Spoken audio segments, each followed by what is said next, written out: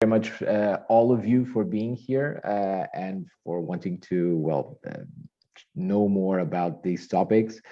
I'm really bullish about the moment where we are right now. As you said, Murdi, I started working during the dot-com bubble. And at that time, we also felt like that. We also felt really bullish about what the promise of the internet, what the internet could bring.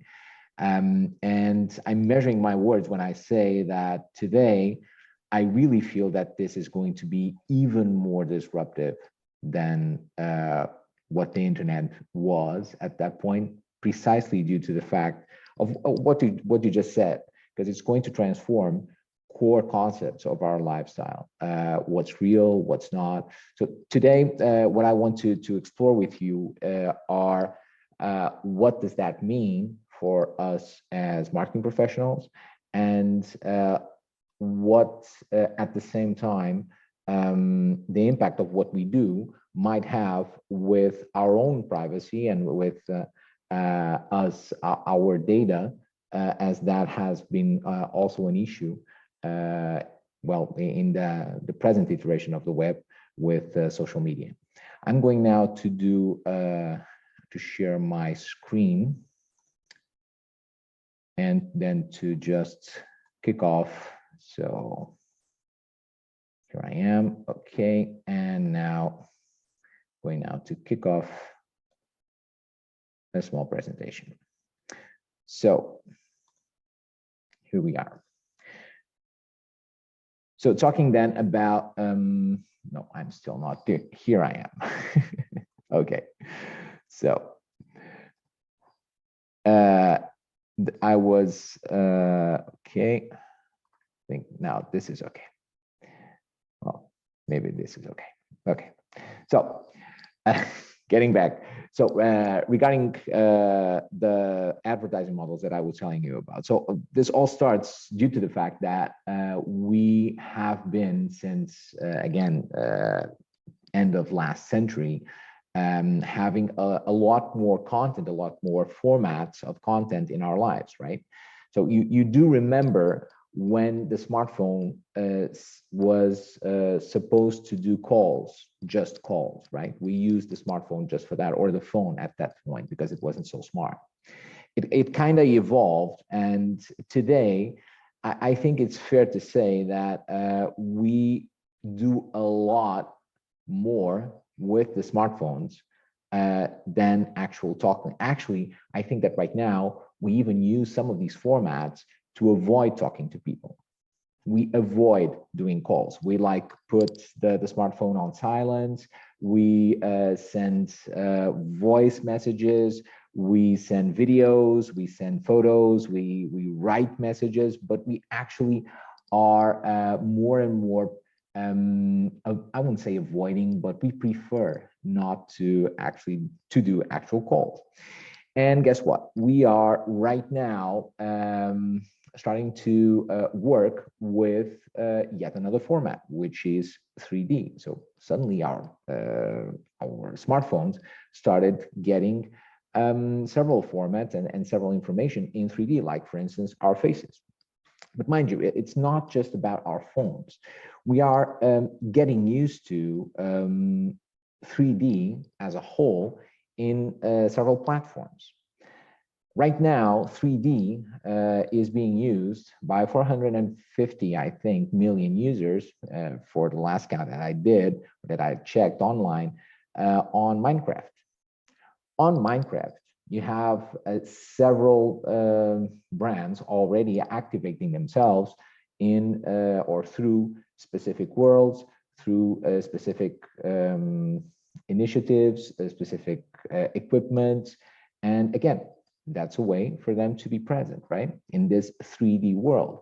Same thing with Fortnite, right? So although with a smaller or a bit more small user base, the issue is that it's being used to even promote entertainment shows, like Travis Scott concert that got like 11.4 million simultaneous users, right? So this is truly impactful. So at this time, it's fair to say that just between these users that I just talked about, these are users that are more and more not able, they are enabled to explore information and to explore content using 3D navigation. So of course, when you go immersive, this has a lot more impact, right? And that's why, for instance, Rec Room right now is a really big example. So Rec Room is, I think it became the first VR unicorn. So the first startup to be valued above 1 billion and US dollars, and it's a social VR platform, right? So we're talking about a platform much similar to, well, the social media and the social networks that we're used to, but where 5 million users, active users, monthly active users, connect using virtual reality glasses. So you remember those glasses and headsets that sometimes you used to hear like, oh, but no one's actually wearing them, no one's actually using them. So yeah, but 5 million, right? And we're talking about social networks. So of course, again, brands had to adapt. Brands had to think about how they could interact with these platforms, and they started like creating well, their own rooms. They started creating their own spaces. They started to brand these spaces and use these spaces to convey their messages, be them brands or product brands, be them the institutional brand themselves. So this in VR. Augmented reality being a bit different, since, well, VR or virtual reality, we're talking about replacing the physical reality by a digital one, while talking about augmented reality is not the same thing. We're talking about overlaying the digital content on top of the physical space. But through both of them, we are always changing the meaning of spaces and the meaning of the place where we are, right? So with augmented reality, you already have that. By placing, like, as you see in the photo, products and being able to explore those products in digital formats on physical spaces. So for instance, being able in this case to see a new model of a car and to go around it, but using a 3D model. So maybe a digital twin of the car that isn't actually there. So same thing with, again, several other kinds of products like try-on products, like jewelry, like rings, like shoes. So many. So at this point, you already have a lot of different use cases that accelerate e-commerce and product placement in channels, and product merchandising in the distribution channels that already retail has on our, let's say, offline marketing shelves. But more than that, right now, advertising-wise, augmented reality is an actual thing. So we're talking about 2.2 billion in augmented reality advertising in 2020. So this is really impactful. Of course, we're talking mainly about filters. So these kind of filters that you're seeing right here, right? So some of them, again, relate directly to try on, but you have several others that relate to entertainment, to movies, to music, to artists, to so many topics that kind of benefit from you using your face and using yourself to, well, promote and convey the message or the values that are underneath that specific brand or that specific product. So this to say that at this point, it's fair to say that we already have an augmented reality and virtual reality advertising industry. It's in its infancy. We are still trying out formats, but still there's already an acceptable budget available in the market for things to start happening, right?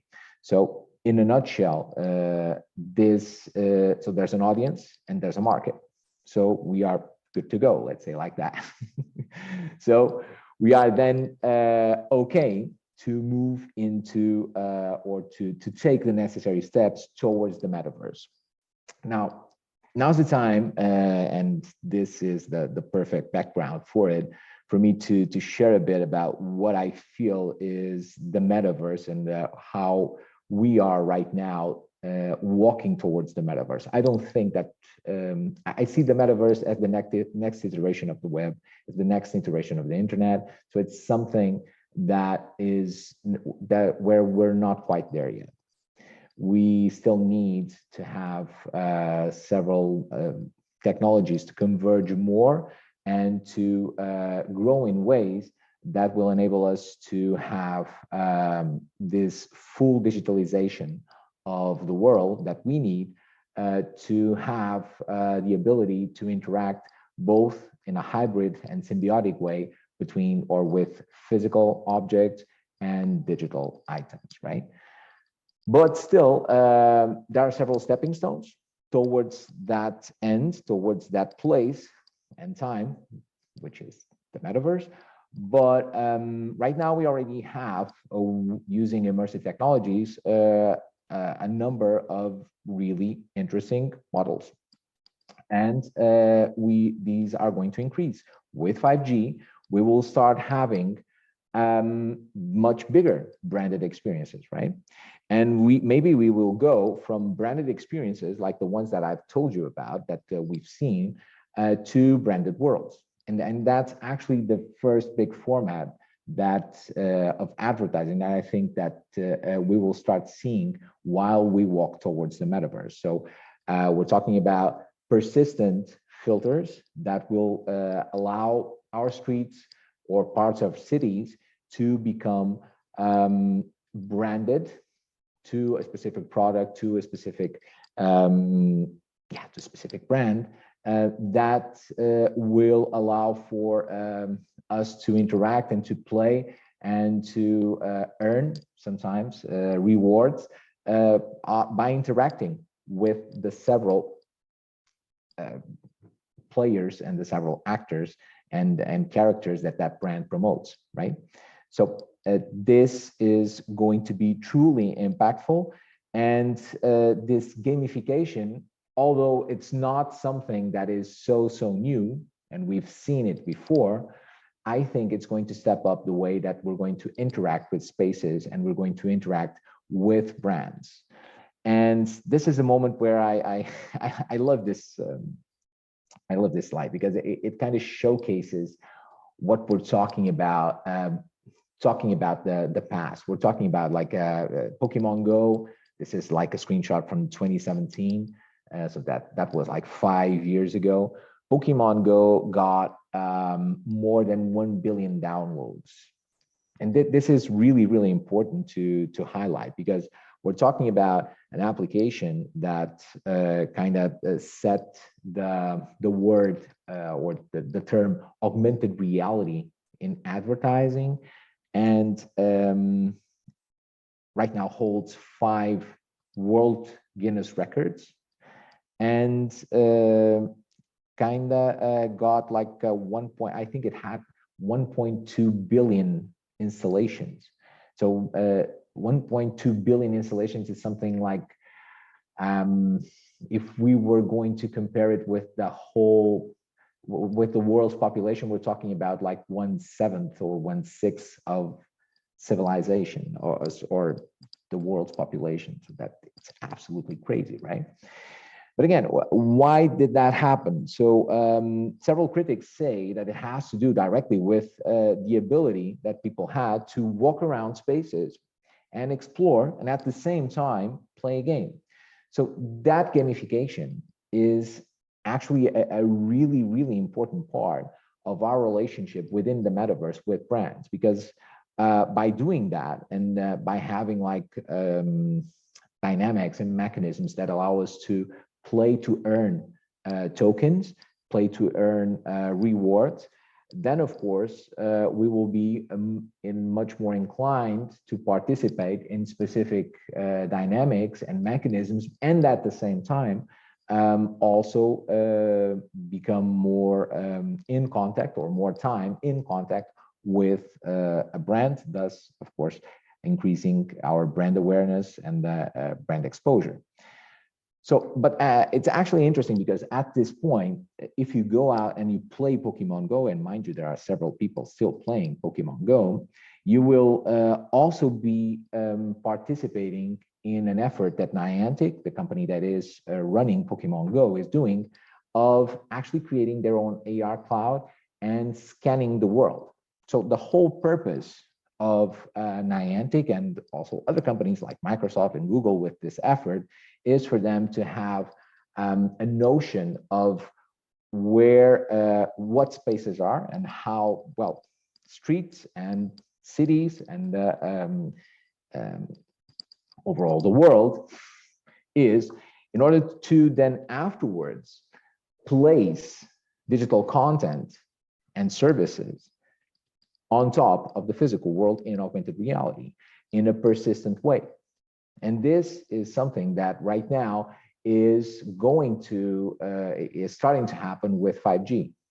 And it's actually a very big 5G use case. And that's why it makes so much sense right now to talk about this, because these persistent and multiplayer augmented reality experiences are, of course, also going to become great opportunities for brands to promote themselves.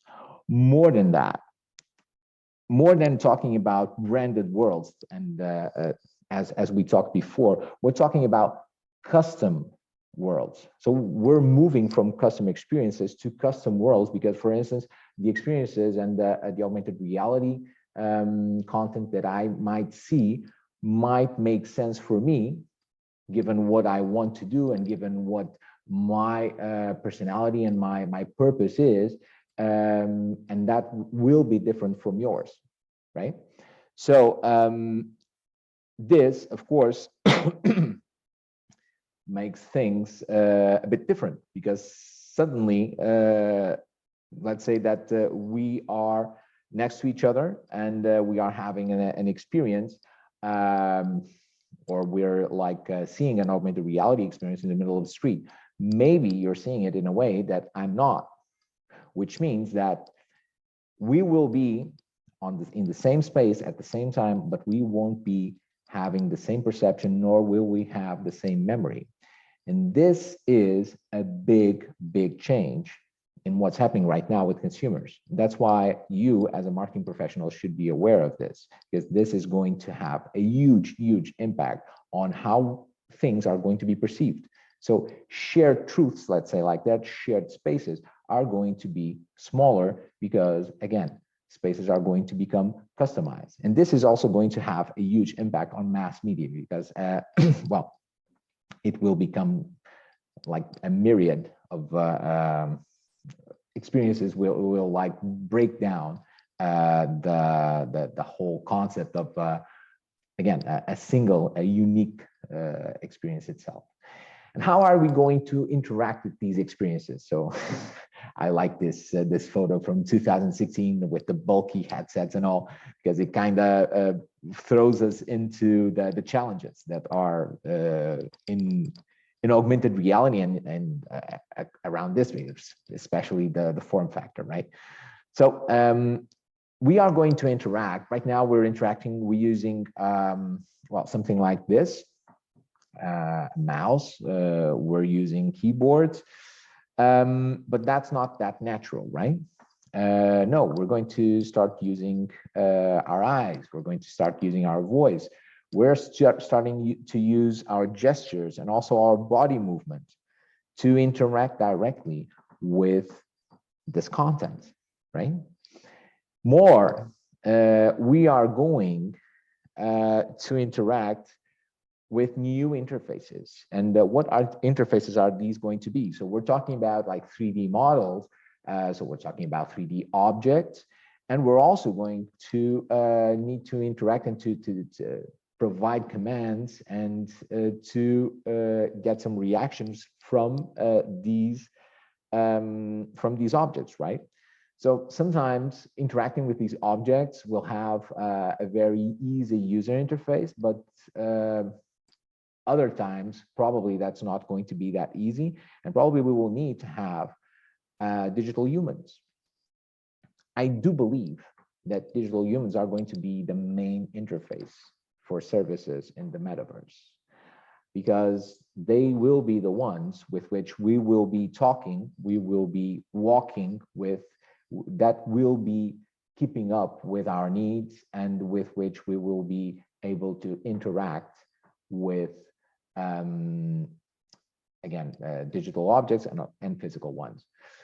Mind you, talking about digital humans, so I understand digital humans as, well, the chatbots of the metaverse, so digital assistants that have underneath an artificial intelligence that enables them to interact with us at this level. So using what for us is very natural and very seamless and biological, which is, again, gestures, voice, and and those level of biometric commands. So again, I do believe that there's a big market, and there will be a big market for digital humans as a marketing format, an advertising format. And right now there are several companies like Epic promoting with their virtual humans software. They are already enabling agencies and enabling marketing departments to move forward and to create, again, the interfaces for this world. So until now, key takeaways that I wanted to share then, we're talking about having custom worlds. That's one major format, talking about creating a whole immersive custom world where you can actually paint like streets, you can paint, or you can have like immersive VR worlds that are branded, and that within that brand and within those worlds, you will have like custom experiences that are tailored directly to your needs and to your specific traits. Now, and along with that, also digital humans as also the interface that brands will have to communicate directly with the customer. So that said, of course, for all of that to happen, and also for this bespoke experience to take place, we will need to have something that kind of brands this conference, right? Kind of gives the name to this conference, which is data, right? So that's no secret. Right now, data is king, queen. It's the whole purpose of Web 2.0. It's the whole purpose of social media. It's the whole purpose of search engines. It's to gather more and more data in order to create and better profile users and forecast their behavior in a way that they can create added value tools for advertisers, right? Now, in the metaverse, we're talking this data gathering that we have right now, or about this data gathering that we have right now on steroids, because it's not just about all the information that we put in on a registration form. It's not just about the information that we kind of share on photos and videos. No, we're talking about scans of objects. We're talking about scans of spaces, scans of objects and spaces that are crowdsourced, right? We're talking about full cities that suddenly have are available and that are have a digital model inside specific servers. We're talking about biometric and behavioral data that is that suddenly becomes available to a company, right? Facebook right now is patented, and this is public. They patented an avatar personalization engine that allows us to pinpoint or to create like an avatar, so a representation of us that is that has what they call a skin replicator, which essentially creates a digital clone of ourselves, right? So it has like 25,000 points of our face, and allows then through that we will be able then to participate in Horizon and well the present and future platforms of the of immersive platforms and the future platforms of the metaverse that Meta will create. So again, these hyper-realistic applications are only possible because we're talking about the ability of us actually being able to provide this data, right?